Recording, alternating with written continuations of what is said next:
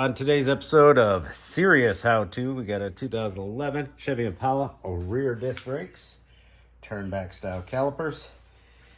First thing you want to do is take your wheels off. What size were those, Jamie? 19 mil. You need a T30 bit to remove your rotor hold down bolts. We already took that off from this hole right here. Do that first, and now we're going to attack the caliper bolts. 14. Oh, that's tight, man. Whoops. There we go. I'll go ahead and take these off. 2 bolts. Let's see, I'm not the only one that does that around here. Yeah, every once in a while. Typically, I figure it out in the first second or two, though. Oh, wrong way. Everybody does it. There's those 2 bolts. Grab yourself a handy screwdriver and pry your caliper out. That's out the way.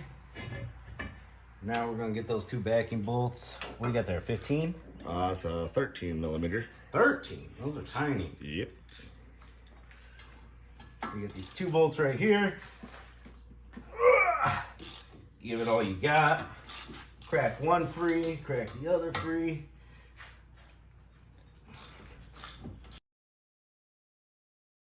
Now Jamie's about to clean up this caliper bracket because he's the best at it.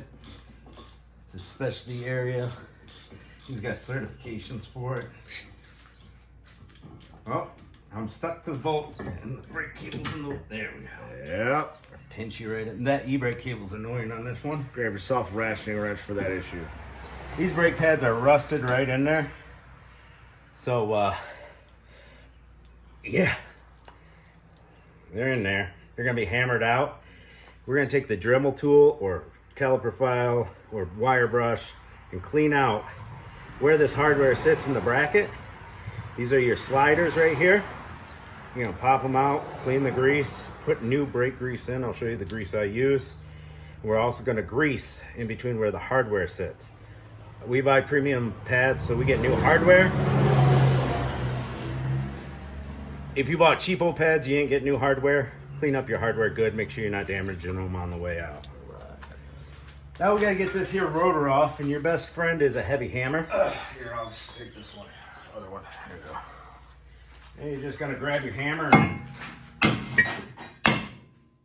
give it a few good taps. This one is super rusty. We're gonna use the wire wheel and a combination of a hub buddy tool. It's in my Amazon store. Check it out if you need one. And we're gonna get this hub all cleaned up. It's got a big lip on it. Here's the hub buddy tool. Works good for cleaning around those lugs. All right, now we gotta turn back this caliper. I like to put a little lube, just a small squirt, around where the rubber boot is around the piston, because it'll grab that, the piston will grab the boot, twist it up and break it. You don't want that, especially when they're like really rusty brakes like this.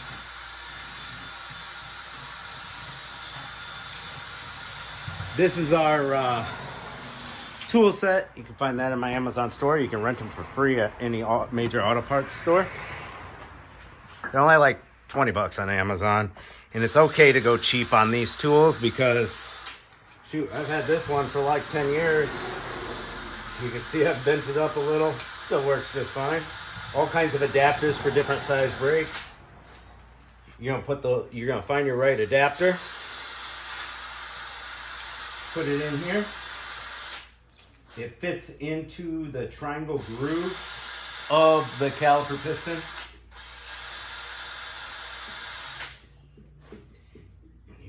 Tighten it right up in there.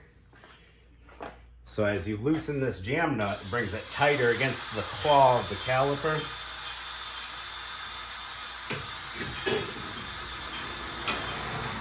Now we're going to take our tool and turn it clockwise. I like to use a little bar on the end. If you're meeting extreme resistance, that means you need to put a new caliper on it. This one was just hyperextended a little bit. But as soon as I gave it that first little turn, it's moving back super free.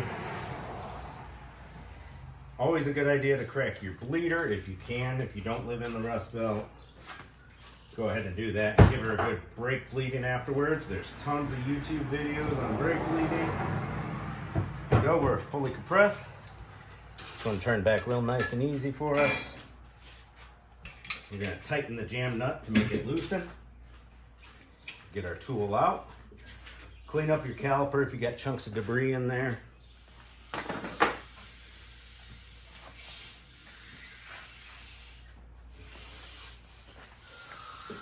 A little white. This is an aluminum caliper, so it's not all rusted. It's just got that oxidization on the surface.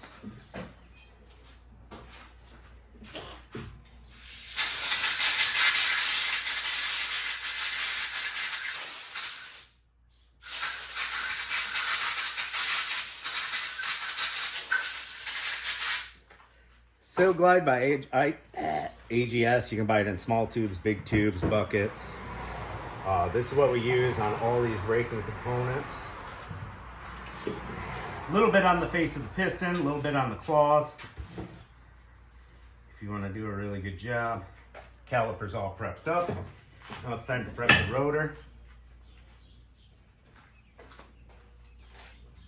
There was options on these rotors, so what I did was I ordered in both options of rotors, and I'm going to use these ones. Opened up the box. All right, it's the same rotor. The main difference on these rotors is you'll see like in the lip, it looks more like a cast kind of metal, and it's got these 3 squares. The rotor I took off had the 3 squares. The other option didn't, so you know right away, oh, that's the rotor I need for the job. And you know, we're trying to schedule things in advance so we get both parts coming. When the car gets dropped off, we have parts ready. You can always return the unused parts as long as they're not installed. You take some brake cleaner and a rag or a paper towel preferably. These rotors come with shipping oil in the plastic. And you want to get that shipping oil off if you want to do a professional job.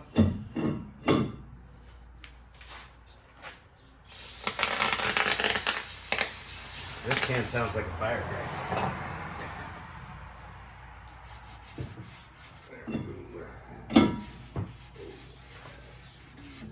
Try not to get any grease on the contact surface of your rotor.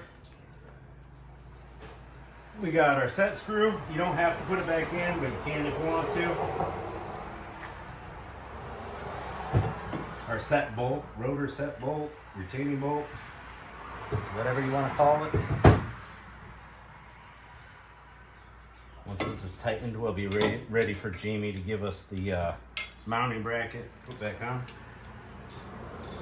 Very close, very close.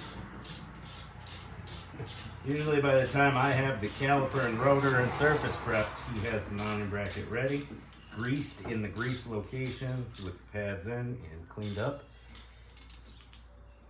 This doesn't.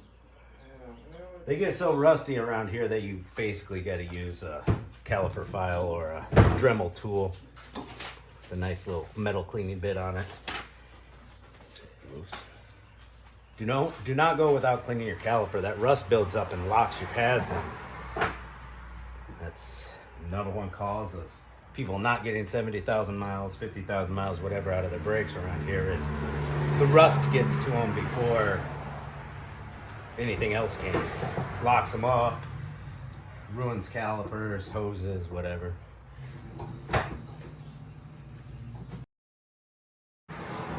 Caliper bracket's all cleaned up. Grease right there on the ears, just the ears of your brake pad, and where the hardware contacts the caliper bracket. You want to make sure that they go in smooth, that you don't have to hammer or force them in. If that's the case, you need to do more cleaning. And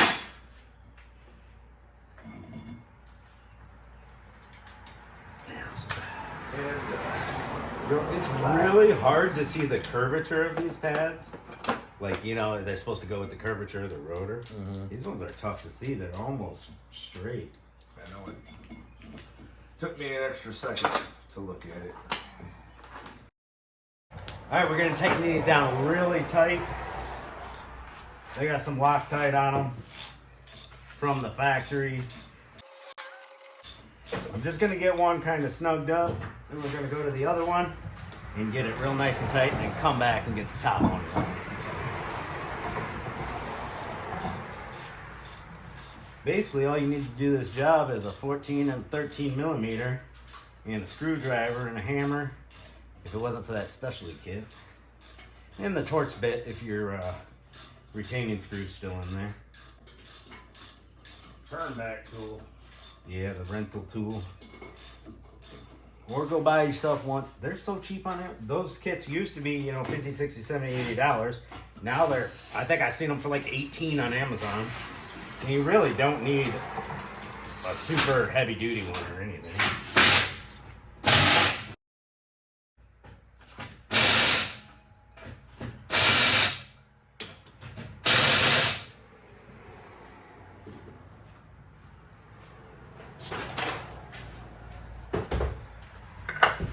It's like, yo, Carl, what were you just doing with those pliers? Well, let me show you.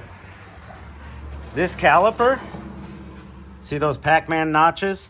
They have to be facing straight out because on your inner brake pad, the one with the squealer tab, with your squealer tab at the top, inside pad, there is a peg. See how there's no peg on the outboard pad? Having that caliper with the triangle open, that's where it slides into. It has to be in that position or else your caliper won't go on properly. And I don't have it really lined up very well. I didn't do a very good job. Let's see if I got it close enough to let it fit over. We got to smush in our sliding hardware. Bring it in. Caliper ears over it. I got it close enough that it went into the groove. We don't have to adjust that. We're going to tighten up these two bolts. They are a lot smaller than the mounting bracket bolts. Well, those are larger. Reef them down. Well, the heads are larger. Oh, yeah, true. Heads are larger. Shaft is smaller. Story of my life. Oh, yeah, we used a 14 millimeter ratcheting wrench on this. Yeah. So you don't want to snap these off in here, guys. Don't do that. But get them on there real nice and tight. There is a Torx spec if you're interested in looking it up or asking your local parts store for it.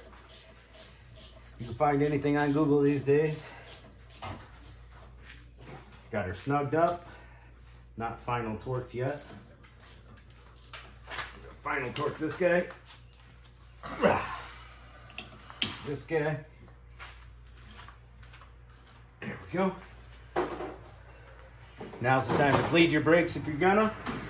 Have a partner if you don't have specialty tools. Vacuum bleeder, pressure bleeder. There's like 6 different ways to bleed brakes. You do your thing. And we're gonna put the wheel back on. Wheel back on with lug nuts, torque to spec. Be careful with your jack stands. And before you take off, this is the most important part, pump your brake pedal. Good 10, 15 times till it feels solid again, because we've got to set those pistons. Right now they're pushed back. They need to come out or else you're gonna have no rear brakes. All right, that about does it. See ya.